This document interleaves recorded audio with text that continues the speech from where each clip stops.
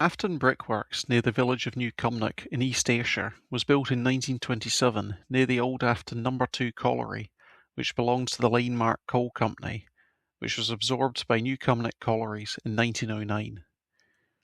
The company already made bank bricks at the nearby Bank Pit since the late 1880s, so Afton was an expansion of their brickmaking enterprise. By the 1950s, it was a highly productive works, making between 30,000 and 35,000 bricks per day, with a staff of only 24 people. In the early 1970s, this increased to around 40,000 bricks per day. At that time, the clay was dug from a quarry about 2 or 3 miles from the factory and brought across the land to the works before being processed to remove stones.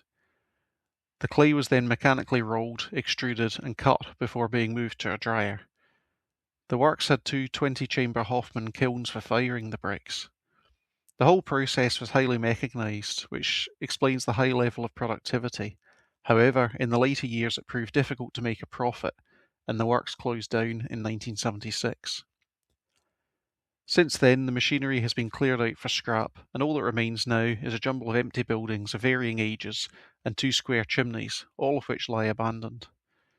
The weather has taken its toll on the structures, and they're now crumbling and parts of them are in a dangerous state.